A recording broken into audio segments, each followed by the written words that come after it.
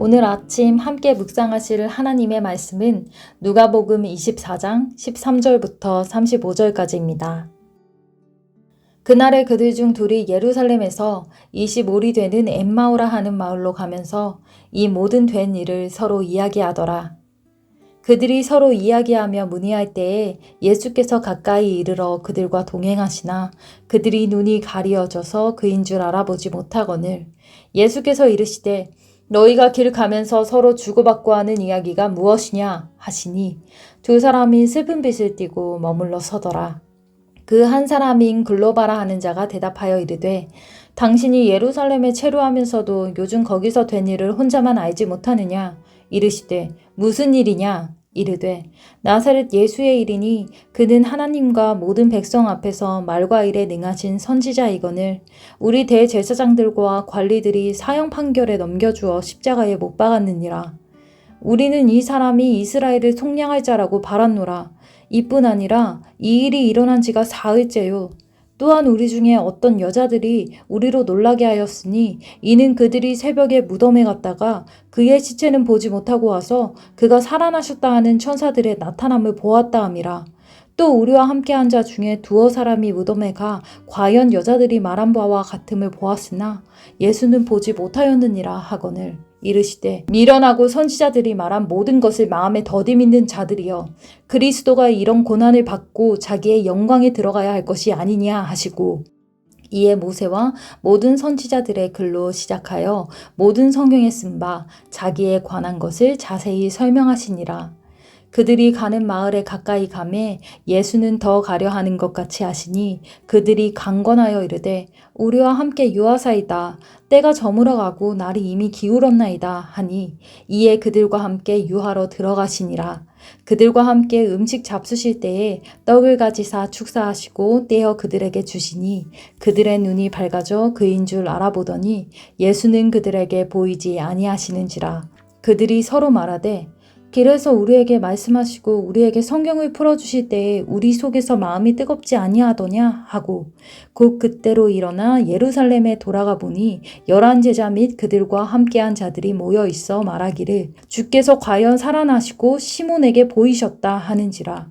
두 사람도 길에서 된 일과 예수께서 떡을 떼심으로 자기들에게 알려주신 것을 말하더라. 아멘. 안식 후 첫날입니다. 예수님이 부활하신 그날 예루살렘에서 사도들과 함께 머물던 두 제자가 엠마오로 떠났습니다. 예루살렘에서 엠마오까지는 11km입니다.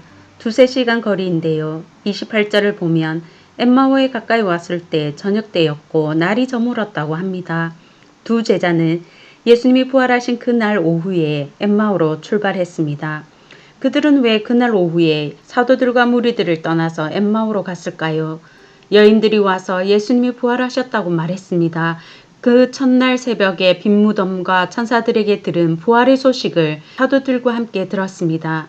하지만 믿지 않았습니다. 24장 11절 새번역입니다. 그러나 사도들에게는 이 말이 어처구니 없는 말로 들렸으므로 그들은 여자들의 말을 믿지 않았다. 베드로가 직접 가서 빈 무덤과 시신을 감았던 세마포만 있는 것을 보고 왔습니다만 여전히 믿지 않았습니다. 그들이 믿었다면 엠마오가 아니라 갈릴리로 가야 했습니다.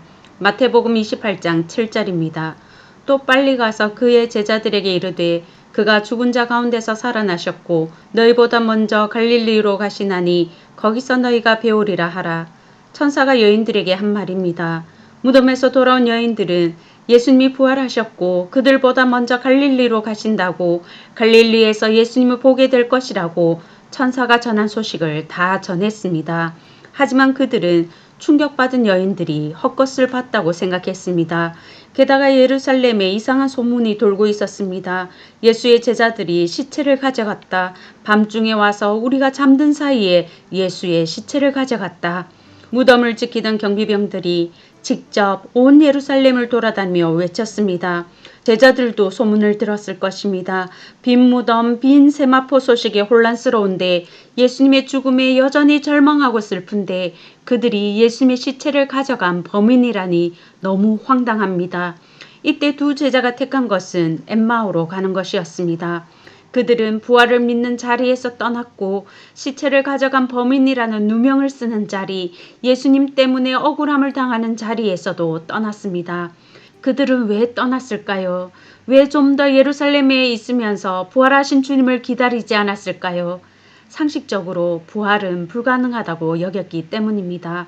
여인들의 증언이 있고 베드로가 빈 무덤을 확인했어도 부활은 불가능하다고 여겼습니다.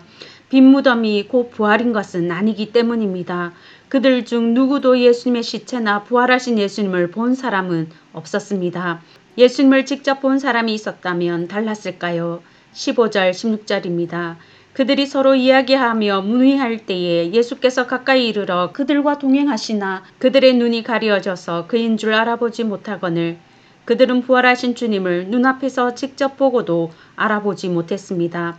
어떻게 알아보지 못할까 싶습니다. 그들은 예수님이 죽으시고 3일째 되는 날에 사도들과 함께 있던 사람들입니다. 12제자가 아니지만 제자라고 불리던 사람들입니다. 예수님의 공생의 3년 동안 웬만한 자리는 다 쫓아다녔을 것입니다. 어떻게 그분의 얼굴, 그분의 음성을 모를 수 있을까요? 부활하신 예수님이 영화롭고 신령하게 바뀌어서 몰라봤을까요? 그런 것 같지는 않습니다. 엠마오로 가던 두 제자는 예수님을 예루살렘에서 돌아가는 순례객으로 보았습니다. 낯설지만 평범한 사람으로 대했습니다.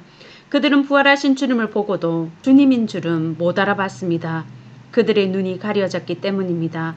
아무리 하나님이어도 아무리 예수님이어도 부활은 불가능하다고 생각한 그들의 상식이 그들의 눈을 가리었습니다. 성도 여러분, 상식이란 이름으로 불신앙을 포장하고 있지는 않습니까? 이 일만큼은 아무리 하나님이어도 아무리 예수님이어도 불가능하다고 생각하지는 않습니까? 예수님은 말씀하셨습니다. 마태복음 19장 26절 쉬운 성경입니다. 사람은 할 수 없지만 하나님께서는 모든 것을 하실 수 있다. 예수님은 또 말씀하셨습니다. 마가복음 9장 23절 세 번역입니다. 할 수 있으면이 무슨 말이냐? 믿는 사람에게는 모든 일이 가능하다. 이 말씀을 들은 하나의 아버지가 외칩니다. 내가 믿나이다. 나의 믿음 없는 것을 도와주소서. 하나님께 불가능한 일은 없습니다.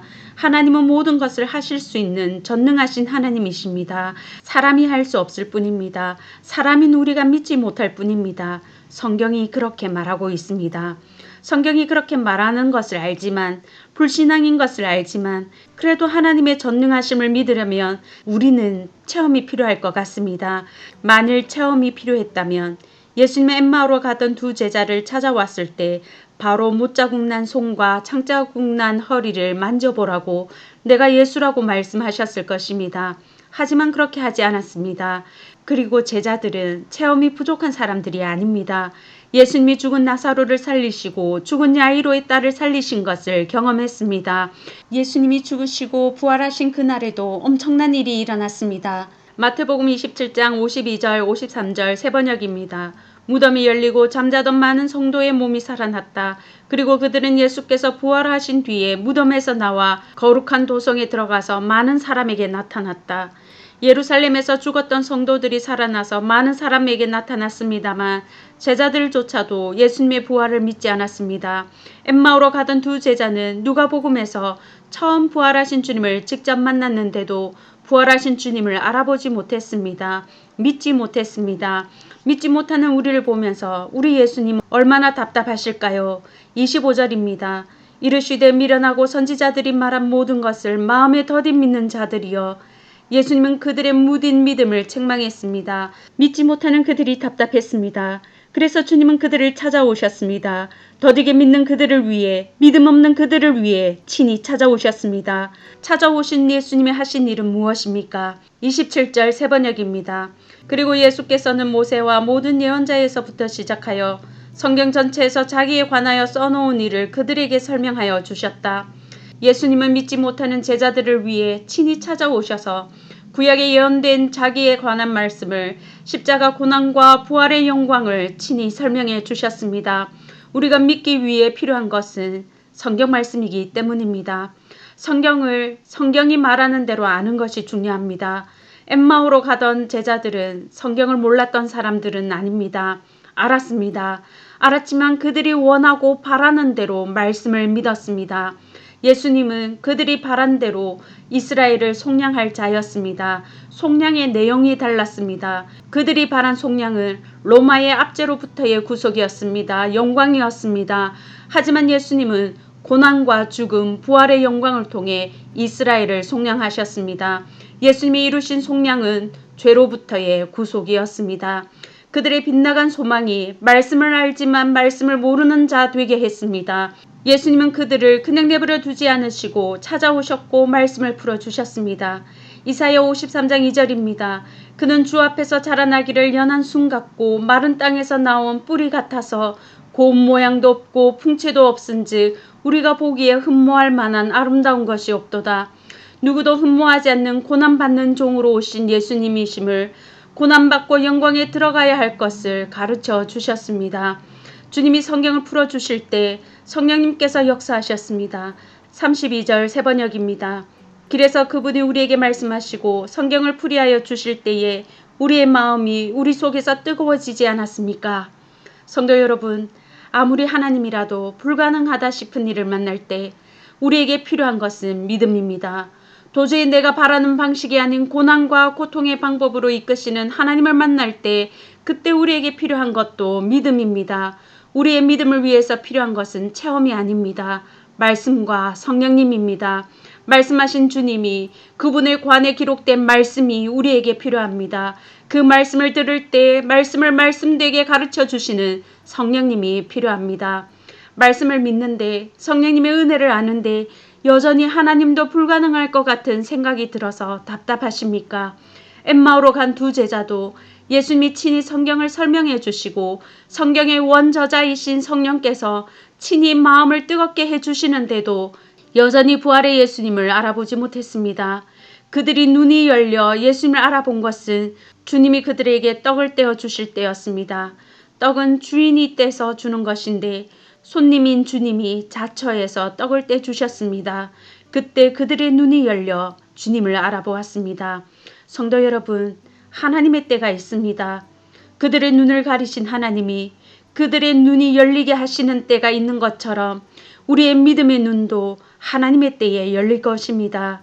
그 하나님을 믿으시기 바랍니다. 불신앙이 찾아올 때 말씀이 있는 자리, 성령이 역사하는 자리를 더욱 찾고 믿음을 달라고 기도하시는 저와 성도님들 되시길 바랍니다.